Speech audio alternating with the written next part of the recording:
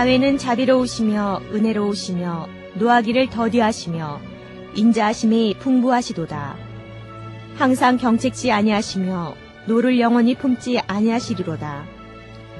우리의 죄를 따라 처치하지 아니하시며 우리의 죄악을 따라 갚지 아니하셨으니 이는 하늘이 땅에서 높음같이 그를 경외하는 자에게 그 인자하심이 크심이로다. 동이 서에서 먼 것 같이 우리 죄가를 우리에게서 멀리 옮기셨으며 아비가 자식을 불쌍히 여긴같이 야훼께서 자기를 경외하는 자를 불쌍히 여기시나니 이는 저가 우리의 체질을 아시며 우리가 진토임을 기억하심이로다. 인생은 그날이 풀과 같으며 그 영화가 들의 꽃과 같도다. 그것은 바람이 지나면 없어지나니 그곳이 다시 알지 못하거니와 여호와의 인자하심은 자기를 경외하는 자에게 영원부터 영원까지 이르며 그의 의는 자손의 자손에게 미치이기니. 오늘 저는 여러분과 함께 하나님이 보시는 나라는 제목으로 말씀을 나누고자 합니다. 자식들은 부모스라에서 자라는 동안 내내 부모님이 나를 어떻게 보시고 생각하시느냐 관심을 기울이는 것입니다. 학교에서는 선생님이 나를 어떻게 보시냐 신경을 늘 곤두세웁니다. 직장에서는 직장의 상사가 나를 어떻게 보나 하고 살피게 되는 것입니다. 또 우리가 항상 사회생활을 하기 때문에 이웃과의 관계 속에서 다른 사람이 나를 무엇이라고 보며 말하고 있는가 관심을 기울이게 되는 것입니다. 그러나 그 모든 것 중에 하나님이 나를 어떻게 보시고 계실까? 그것이 우리 최상의 관심사가 되어야 될 것입니다. 첫째로 우리 모두 인생을 살아가면서 자기 자신을 볼 때 자기 자신에 대해서 실망한 경험이 한두 번 이상은 다 있을 것입니다. 예전에 저는 이런 간증을 읽어본 적이 있습니다. 의술이 뛰어나고 착한 마음을 가진 한 의사가 있었는데 한 번은 실수로 오진을 해서 환자가 죽고 말았습니다. 이 일로 인하여 깊은 상처를 입은 그는 날마다 탄식하며 나는 의사로서 실패자다. 나는 실패한 사람이다. 그렇게 스스로 좌절하고 낙심해버렸습니다. 그는 병원 문을 닫아버리고 술로 세월을 보내다가 끝내 병이 들어 입원을 하게 되었습니다. 그는 의사들뿐 아니라 가족들과도 이야기하지 않았는데 하루는 병원을 돌며 신방하는 목사님이 그를 찾아가 전도하다가 그의 사정 이야기를 듣고 이렇게 말했습니다. 선생님, 당신은 수많은 환자들을 치료해 주셨지요? 그러면 수많은 사람 중에 한 사람 오진한 것은 한 부분에서 실패한 것이지 당신 자신 전체가 실패한 사람은 아닙니다. 당신은 훌륭한 의사입니다. 예수님 앞에서 나와 용서받고 다시 의사로서 자부심과 자신감을 가지고 일어나십시오. 하나님께서는 당신을 훌륭한 의사로 바라보고 계십니다. 그러니 결코 낙심하지 마십시오. 그를 위해 기도해 주었습니다. 기도가 끝난 다음 그는 눈물을 흘리며 물었습니다. 목사님, 저는 정말 실패자가 아닙니까? 하나님 앞에서 저는 실패자가 아니란 말이지요. 목사님은 다시 한번 말씀했습니다. 그렇습니다. 당신은 한 환자에게 실패했지 당신 전 인생이 실패자는 아닙니다. 하나님은 당신의 실패를 보지 아니하시고 훌륭한 의사로서의 인품을 보십니다. 격려를 해 주었습니다. 그때부터 그는 사람들과 웃으며 대화하기 시작했고 자신감을 회복하여 다시 환자들을 돌볼 수 있었다고 합니다.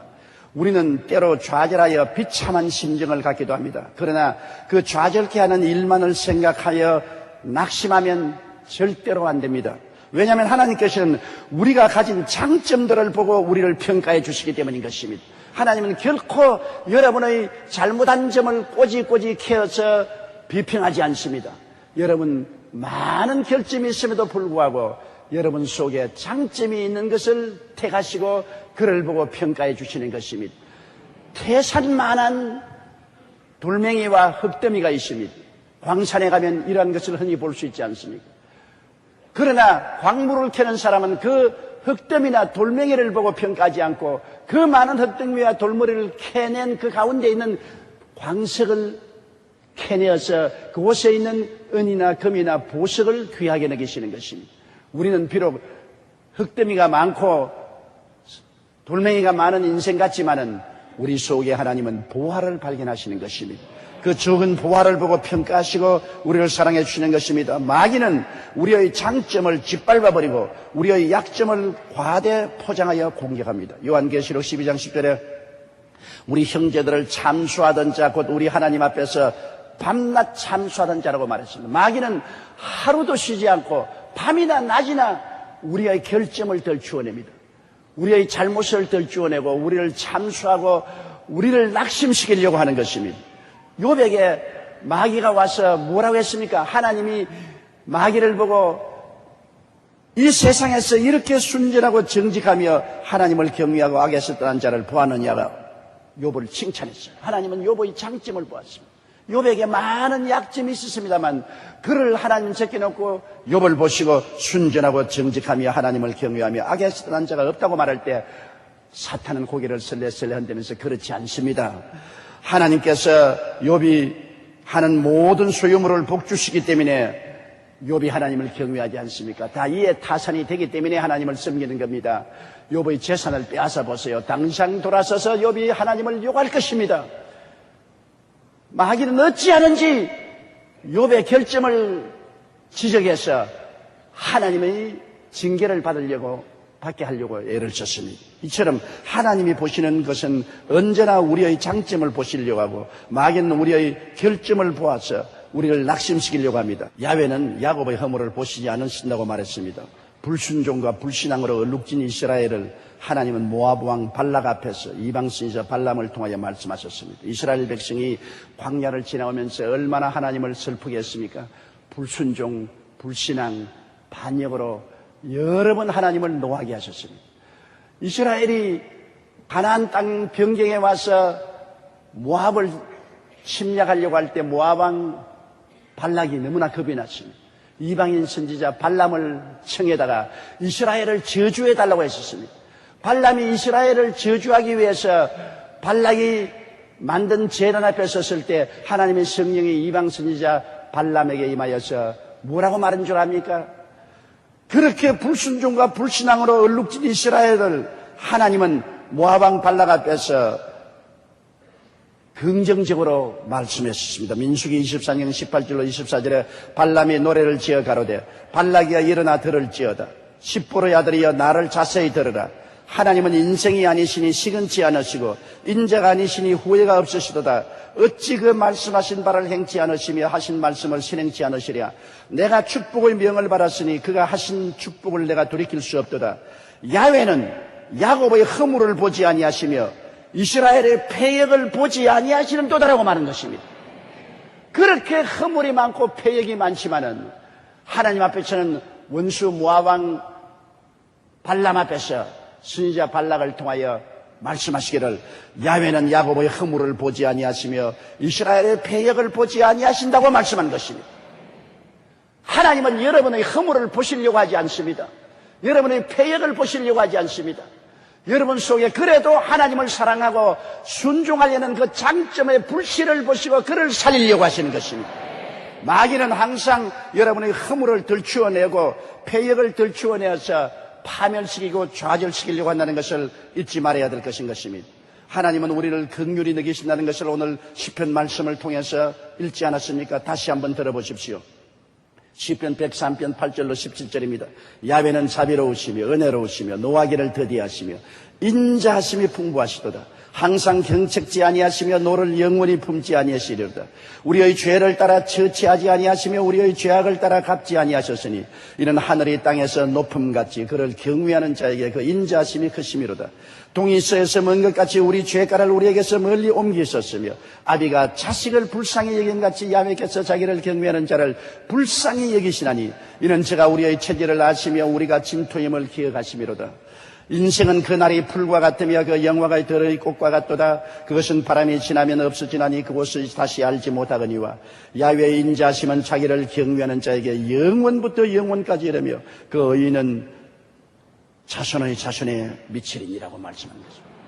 하나님이 우리에 대한 이 영광을 볼 때 우리는 감동하지 아니할 수 없습니다. 하나님은 우리를 자비와 긍휼의 눈으로 보신다는 것을 잊지 말게 되시기를 주의 이름으로 축원합니다. 마귀는 우리를 저주와 심판으로 보지만은 하나님은 우리를 긍휼과 자비로 보시는 하나님이신 것을 알고 하나님을 경외해야 될 것입니다. 둘째, 하나님은 우리를 사랑으로 보십니다. 하나님은 우리를 사랑으로 보시기 때문에 사랑은 항상 우리를 돌보아 주시는 것입니다. 내가 보잘것없어도 나의 삶을 항상 돌보시는 하나님이라는 것을 알아야 되는 것입니다. 하나님이 어떻게 돌보십니까?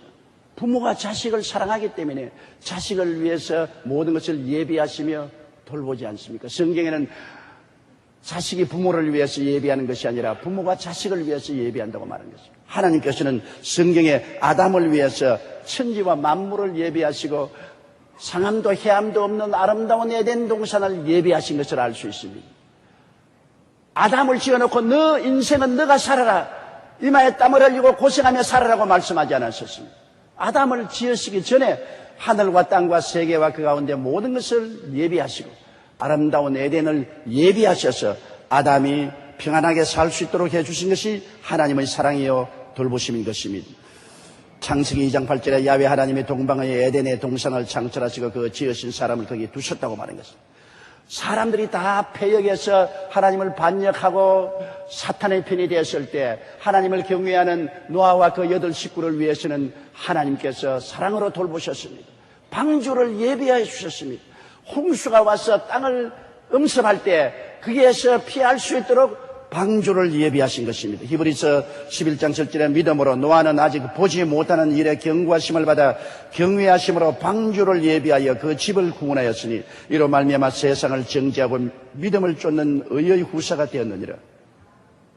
큰 심판, 홍수의 심판이 지구를 몰아쳤을 때 많은 하나님을 반역하고 거역하고 마귀를 따라가는 사람들이 홍수 심판으로 멸망받았을 때 하나님을 경외하고 따르는 노아와 그 8 식구를 위해서는 그를 피할 수 있는 방주를 예비하신 것입니다. 이것은 극히 상징적인 의미를 가지고 있습니다. 장차 하나님이 이 세상을 불로 심판하실 때 하나님을 경외하는 자들을 위해서는 새 하늘과 새 땅과 새 예루살렘으로 예비해 주신 것입니다. 예수 믿는 사람이 환난을 통할 것이라고 하는 사람도 있지만은 여러분, 예수 믿는 사람이 환난을 통하지 않을 것은 노아가 홍수 속에 음몰되지 아니하시고 방주를 예비해 주신 것처럼 하나님은 세상을 심판하실 때 주의 백성들이 피할 것을 예비해 주신 것입니다. 주께서 호령과 천사장의 고함과 하나님의 나팔로 친히 하늘로 쫓아 강림하시리니 주 안에서 죽은 자들이 먼저 일어나고 살아남은 자들이 다 변화되어 공중에서 피난처를 얻게 되는 것입니다. 하나님은 예비하시는 하나님, 돌보시는 하나님인 것입니다. 사랑은 돌보고 예비하는 것입니다. 사랑한다고 하면서 돌보아 주지도 아니하고 예비하지 않는다면 그것은 입에 발린 사랑이요 실제적인 사랑이 아닌 것입니다. 우리 하나님은 세상을 이처럼 사랑했다고 했었습니다. 어떻게 해요? 세상 사람을 돌보시고 세상 사람을 구원하기 위해서 그 아들 예수 그리스도를 구주로 예비해 주신 것입니다. 구주 예수님을 예비하신 하나님은 얼마나 큰 사랑입니까? 마태복음 1장 23절에 보라, 처녀가 잉태하여 아들을 낳을 것이요 그 이름은 임마누엘이라 하셨으니 이를 번역한즉 하나님이 우리와 함께 계시다 함이라고 말한 것입니다. 하나님이 세상을 이처럼 사랑하사 독생자를 주셨으니 이는 누구든지 저를 믿으면 멸망하지 않고 영생을 얻게 하리 함이라고 말씀하신 것입니다. 하나님께서는 우리를 사랑하시기 때문에 돌보시기 때문에 우리의 미래를 다 예비해 주신 것입니다. 우리는 지금 이 세상에서 수고하고 고생하고 살지만은 우리 하나님은 우리를 위해서 천국을 예비해 놓고 계시는 것입니다. 눈물과 근심과 탄식과 이별하는 것이나 고가는 것이나 앓는 것이 없는 영광스러운 곳을 이미 예비해 놓으신 것입니다. 요한복음 14장 2절로 3절에 예수께서 말씀하시기를 내가 너희를 위하여 처소를 예비하러 가노니 가서 너희를 위하여 처소를 예비하면 내가 다시 와서 너희를 내게로 영접하여 나 있는 곳에 너희도 있게 하리라고 말씀하셨습니다. 마태복음 25장 34절에 내 아버지께 복받은 자들이여 나와 창세로부터 너희를 위하여 예비된 나라를 상속하라고 말씀한 것입니다. 하나님의 사랑은 우리의 과거와 현재와 미래를 돌보시고 우리의 삶을 위해서 예비해 놓으신 하나님이신 것입니다. 하나님이 과연 나 같은 사람도 생각할까요? 나 같은 사람을 위해서도 예비할까요? 제가 이 강단에서 오늘 가만히 앉아서 찬송 부를 때 여러분을 내려다보고 있었습니다. 여러분은 여의도 순복음교회 75만 성도 중에 숫자적으로 한 사람에 불과합니다. 그런데 갑자기 하나님께서 말씀하시고, 너 가만히 보라. 얼굴이 다 다르지? 내 속으로 다 다릅니다. 보아라. 얼굴이 다 다르지? 다 특별한 개인이. 나는 그 한 사람 한 사람을 특별히 개인적으로 사랑한다. 한꺼번에 사랑하지 않는다. 얼굴이 다른 것처럼 나는 다 한 사람 한 사람 다른 사람으로서 내가 1대1로 내 자식으로 사랑한다. 그러므로 한 사람 한 사람을 귀하게 여겨라. 여의도 순복음교회 성도 75만이라고 말하지 말아라. 한 사람 한 사람이 다 내게는 1대1로 귀하고 사랑하는 내 자식들이기 때문에 한 사람 한 사람을 귀하게 여겨라. 굉장히 감동 있게 하나님 말씀을 마음속에 들었습니다. 그러므로 우리 한 사람 한 사람이 다 하나님께 개인적으로 귀중한 존재이기 때문에 한 사람 한 사람 개인적으로 사랑하고 돌보시고 예비하고 계신 것입니다. 고린도전서 2장 9절에 기록된 바 하나님이 자기를 사랑하는 자를 위해서 예비하신 모든 것은 눈으로 보지 못하고 귀로 듣지 못하고 사람의 마음으로도 생각지 못했다는 것 같으니라고 말한 것입니다. 눈으로 우리가 보지도 못하고 귀로 듣지도 못하고 감히 마음으로 생각지 못한 놀라운 일을 하나님은 우리 한 사람 한 사람을 위해서 예비해 놓았다는 것입니다. 그러므로 하나님은 우리를 사랑의 눈으로 보신다는 것을 알아야 됩니다. 셋째로 이런 자비와 긍휼의 눈으로 보시고 사랑의 눈으로 보시는 하나님을 모신 우리는 어떻게 살아야 되겠습니까? 하나님은 우리의 자비의 하나님, 십자가 예수 그리스도를 통해서 항상 우리를 찾아오시는 하나님인 것을 알아야 되는 것입니다. 오늘날 하나님은 예수님을 통해서 나타나시는 하나님, 예수님을 통해서 찾아오신 하나님인 것입니다. 그러므로 하나님을 생각할 때는 언제나 십자가에 못 박여 몸을 찢고 피를 흘려주신 사랑과 자비의 하나님이라는 것을 잊지 말아야 되는 것입니다. 우리를 긍휼히 보시고 늘 우리가 무엇을 먹을까, 무엇을 입을까, 무엇을 마실까, 어떻게 살까를 돌보아 주시는 하나님이신 것입니다. 아비가 자식을 불쌍히 여김같이 야훼께서 자기를 경외하는 자를 불쌍히 여기신다고 말한 것입니다. 성경에는 하나님은 긍휼을 원하시고 제사를 원치 않는다고 말씀하셨습니다. 제사란 무엇입니까? 죄를 지은 사람을 대신해서 짐승이 심판을 받아 목을 따서 피를 흘려 죽이는 것을 말합니다. 제사는 죄에 대한 심판을 말하는 것입니다. 하나님께서는 성경에 말하기를 나는 자비를 원하고 제사를 원치 않는다. 나는 심판보다는 용서와 사랑을 원한다고 말씀하는 것입니다. 하나님은 여러분 심판받기를 원하지 않습니다. 여러분에게 사랑과 자비와 용서와 긍휼을 베풀기를 원하시는 것입니다. 이렇게 긍휼을 베푸시고 사랑으로 우리를 보시는 하나님 앞에 의심치 말고 하나님을 믿어야 되는 것입니다. 자꾸 하나님을 반은 믿고 반은 안 믿고 의심하고 불안에 뜨는 사람이 많습니다. 히브리서 11장 6절에 믿음이 없이는 기쁘시게 못하느니 하나님께 나아가는 자는 반드시 그가 계신 것과 또한 그가 자기를 찾는 자들에게 상 주시는 이심을 믿어야 할지니라. 벌 주시는 이심을 믿으라는 말은 안 합니다. 상 주시는 이심을 믿어야 할지니라. 하나님은 어떠한 명분으로든지 상을 주시고 싶어 하는 것입니다. 벌을 주시기를 원치 않습니다. 조그마한 잘한 것만 있어라도 하나님은 상을 주시기를 원하시는 좋은 하나님이라는 것을 알아야 되는 것입니다. 야고보서 1장 6절에 오직 믿음으로 구하고 조금도 의심하지 말라. 의심하는 자는 마치 바람에 밀려 요동하는 바다 물결 같다고 말하는 것입니다. 히브리서 10장 38절에 오직 나의 의는 믿음으로 말미암아 살리라. 또한 뒤로 물러가면 내 마음이 저를 기뻐하지 아니하랴. 하나님이 세상을 이처럼 사랑하사 독생자까지 주셨는데 그 아들을 아끼지 않고 우리에게 주시니까 그 아들과 함께 무엇을 선물로 주지 않겠습니까? 사랑이 믿음을 가져옵니다. 미워할 때는 믿을 수가 없어요. 그러나 사랑하면 믿어야 되지 않습니까? 하나님의 사랑이 이처럼 나타나셨으니 그 아들 예수 그리스도 십자가를 바라보고 우리는 하나님을 믿어야 되는 것입니다. 눈에는 아무 증거 안 보이고 귀에는 아무 소리 안 들려도 하나님을 믿어야 되는 것입니다. 내 환경이 어렵고 고통스러워도 하나님을 사랑하는 자 곧 그 뜻대로 부르심을 입은 자들에게는 모든 것이 합동하여 선을 이룬다는 것을 믿어야 되는 것입니다. 하나님은 믿는 자를 사랑하시고 내 믿은 대로 될지어다고 말씀하는 것입니다. 할 수 있거든이 무슨 말이냐? 믿는 자에게는 능치 못하심이 없나니라고 말씀하시고 계신 것입니다. 믿지 않고 환경만 바라보면 낙심하게 되는 것입니다. 하루는 마귀가 자신의 작전용 도구를 경매에 붙인다고 광고를 냈습니다. 이 광고를 보고 마귀의 무기들을 보기 위해 구매자들이 모여들었습니다. 경매품은 죄짓게 하는 데 사용될 무기인데 탐욕을 품게 하는 데 사용될 무기 등으로 분류되어 잘 진열되어 있었습니다. 그런데 그 중에 비매품이라고 표시된 도구가 있어 구매자의 눈을 끌었습니다. 마귀는 이 비매품에 대해서 이렇게 설명했다고 합니다.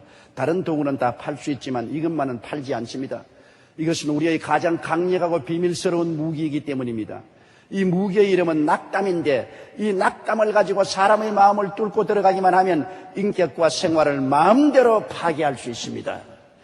그렇습니다. 불신앙이 가져다 오는 낙심은 마귀가 가장 즐겨 쓰는 도구인 것입니다. 마귀는 우리의 약점을 과대 포장하여 비난하고 공격함으로 우리를 낙심케 합니다. 누구에게나 약점은 있게 마련입니다. 그러나 하나님은 항상 우리의 약점이 아닌 장점을 보고 우리를 세워주기를 원하시고 계신 것입니다. 낙심하지 말아야 되는 것입니다. 뒤로 물러가면 내 마음이 기뻐하지 않는다고 주님께서 말씀하신 것입니다. 그러므로 항상 우리는 깨어져 주님께 순종하십시다. 하나님은 순종하는 자를 사랑하십니다. 하루는 제가 하나님 앞에 엎드려서 기도하고 있는데 하나님께서 갑자기 말씀을 하시죠. 성경으로 마음속에. 야, 너 나 속상하게 하지 마라. 나는 많은 일에 너 때문에 속이 많이 상한다. 깜짝 놀랐습니다. 나는 하나님 속상한 줄 몰랐어요. 우리 부모들은 자식을 기를 때 속상할 때 많잖아요. 자식이 반드시 미운 것은 아닌데 부모의 뜻대로 살지 못하면 부모가 속상하지 않아요. 우리 어머님은 9자녀를 기르기 때문에 항상 입에 달린 말씀을 하시는 것을 제가 어릴 때 들어서 기억납니다. 아이고 속상해 죽겠다. 내가 속상해 죽겠다. 그래서 난 늘 속으로 생각하기를 속이 뭐가 상하냐. 어머니가 속이 상하냐 그러는데 나는 상한 걸 보지도 못했는데 뭐 속이 상하냐. 그러나 제가 자식을 길러보니까 나는 9을 기르지 않고 셋만 길러도 속이 얼마나 상한지 말도 못해. 그렇다고 해서 꼭 꼬집어서 내가 징계를 내릴 정도는 아니지만은 좀 더 잘해줬으면 좋겠다. 좀 더 낫게 해줬으면 좋겠다. 그게 속상합니다. 그런데 제가 기도하는데 하나님께서 야, 나 너 때문에 속상한다. 하나님도 속이 상해요. 그러니까 나라고 속 안 상할 줄 아느냐. 야, 깨달았습니다. 여러분, 우리가 하나님을 섬기고 살면은 우리 하나님은 자비하고 긍휼하고 사랑으로 우리를 대해주는데 이런 하나님을 속상하게 하지 말아야 되는 것입니다. 하나님이 우리를 자비롭게 생각하시고 사랑으로 안보아 주시면 속상할 필요 없지요. 여러분이 길을 걸어가는데 나머지 자식이 흙에 뒹굴고 흙더미에 온 몸을 더럽히더라도 그거 보고 속상합니까? 나무 자식 보고 속상하지 않아요. 그러나 내 자식이 흙탕물에 뒹굴고 온 전신이 흙물에 꽉 묻어 있으면 속상합니까? 속 안 상합니까? 속상하지요. 그건 왜냐? 내가 내 자식을 사랑하고 긍휼히 보고 있기 때문인 것입니다. 하나님께서 여러분을 사랑하시고 긍휼히 느끼시기 때문에 여러분이 하나님께 불순종하고 하나님을 잘 따르지 않으면 하나님 속상해 하십니다. 반드시 큰 죄를 지었기 때문에 그런 것은 아닙니다. 하나님이 좀 더 나은 사람이 되었으면 좋겠다고 기대하는데 기대에 못 미치면 하나님 속상하는 것입니다. 로마서 6장 16절에 너희 자신을 종으로 들여 누구에게 순종하든지 그 순종함을 받는 자의 종이 된 줄을 너희가 알지 못하느냐. 세상을 따라 나가면 세상의 종이 되고 돈을 따라가면 돈의 종이 되고 마약을 따라가면 마약의 종이 됩니다. 우린 주님을 따라가야 되는 것입니다. 하나님을 기쁘시게 해야 되는 것입니다. 갈라디아서 5장 1절에 그리스도께서 우리로 자유케 하려고 자유를 주셨으니 그러므로 굳세게 서서 다시는 종의 멍에를 매지 마라. 세상 종의 멍에는 다 벗어버리고 그리스도의 사랑의 멍에 밑에 들어가는 여러분 되시기를 바랍니다. 말 잘 듣는 것 주님 정말 좋았어요. 순종이 제사보다 낫고 듣는 것이 수양의 기름보다 낫다고 말하는 거죠. 말 잘 들어야 돼요. 우리의 자녀들도 부모 말 잘 들으면 부모가 얼마나 이뻐하십니까? 불순종하면 부모의 마음에 고통을 가져오지 않습니까? 하나님의 말씀에 우리가 순종을 잘해야 되고 하나님을 기뻐하며 감사하며 살아야 되는 것입니다. 하나님을 감사하고 하나님을 기뻐하면 하나님이 그를 더 사랑하게 되는 것입니다. 시편 103편 2절에 내 영혼아 야훼를 송축하며 그 모든 은택을 잊지 말라고 말한 것입니다. 하나님을 송축하고 기뻐하면 하나님의 은택을 주신다는 것입니다. 느헤미야서 8장 10절에 야훼를 기뻐하는 것이 너희 힘이라고 말한 것입니다. 시편 91편 14절에 저가 나를 사랑한 적 내가 저를 건지리라. 저가 내 이름을 안 적 내가 저를 높이라고 말한 것입니다. 우리가 인생을 살면서 우리를 긍휼히 보시고 우리를 사랑하시는 하나님이시기 때문에 하나님을 기뻐하고 감사하면은 하나님이 이 놀라운 일을 하시는 것입니다. 그러므로 우리가 하나님을 섬긴다는 것이 얼마나 중요합니까? 개인적으로, 가정적으로, 국가적으로 하나님을 사랑하고 기뻐하고 감사를 드린다는 것은 우리의 삶과 직결된 것입니다. 저가 나를 사랑한 적 내가 저를 건지리라. 저가 내 이름을 안 적 내가 저를 높여주겠다고 말씀합니다. 역사적으로 이것이 사실로 증명된 것을 우리는 잘 알고 있는 것입니다. 이러므로 우리는 항상 하나님을 기뻐하며 감사하며 살게 되시기를 주의 이름으로 축원합니다. 노르웨이 속담에 감사하는 마음에는 사탄이 씨를 뿌릴 수 없다는 말이 있습니다. 전에 내려오는 이야기에 의하면 이 속담은 이렇게 시작되었다고 합니다. 한 번은 사탄이 지구에 내려와서 노르웨이에 창고를 하나 지었습니다. 그 창고에는 사탄이 즐겨 뿌리는 각종 씨앗들이 가득했습니다. 사탄은 이 창고에서 미움의 씨, 슬픔의 씨, 불평의 씨, 원망의 씨 등을 꺼내 이 마을 저 마을에 가서 뿌렸습니다. 그런데 어느 마을이든지 마귀가 씨앗을 뿌리면 삭이 잘 나고 번성하여 온 마을이 지옥처럼 변해버리는 것입니다. 그런데 이상하게도 한 마을에서만은 아무리 씨앗을 뿌려도 삭이 나질 않습니다. 어쩌다 삭이 나도 곧 썩어버리고 죽어버렸습니다. 이 마을은 바로 기쁨의 마을이었습니다. 이 마을에 사는 사람들은 어떤 절망적인 상황에서도 기쁨 가운데 감사했기 때문에 사탄의 씨앗들이 삭틀 수가 없었다는 것입니다. 그래서 노르웨이에 감사하는 마음에는 사탄이 씨를 뿌릴 수 없다는 속담이 생기게 되었다고 말하는 것입니다. 그렇습니다. 오직 하나님을 기뻐하며 감사할 때 우리는 마귀의 공격으로부터 자유로울 수가 있는 것입니다. 마귀가 아무리 미움, 분노, 시기, 질투, 슬픔, 좌절의 씨앗을 뿌리더라도 하나님께 감사하고 기뻐하는 사람의 마음속에는 그 씨가 다 말라버리고 마는 것입니다. 삶은 빨리 지나갑니다. 삶 속에 귀중한 것도 다 꿈 같고 지나가고 나면 헛된 것밖에 없습니다. 오직 예수님 우리 구주와 하나님 아버지 외에는 다 나를 떠날 것입니다. 하나님만이 영원히 나를 자비와 긍휼로 보시고 대하여 주시고 영원히 나를 큰 사랑으로 바라보시고 품에 안아 주시는 것입니다. 하나님 아버지의 사랑과 예수 그리스도의 은혜 그것만이 우리에게 영원히 남을 것입니다. 이러므로 사람이 나를 어떻게 보느냐, 부모가 나를 어떻게 보느냐, 선생이 나를 어떻게 보느냐, 상사가 나를 어떻게 보느냐, 이웃이 나를 어떻게 보느냐, 이것도 중요하지만 가장 중요한 것은 하나님께서 어떻게 나를 보시고 계신 것을 항상 마음에 올바르게 알아야만 된다는 것입니다. 하나님은 예수 그리스도의 십자가를 통해서 여러분을 자비와 긍휼로 보시며 여러분을 사랑으로 보시며 돌보시고 예비하시는 좋으신 하나님이라는 것을 늘 마음에 익히 알게 되시기를 주의 이름으로 축원합니다.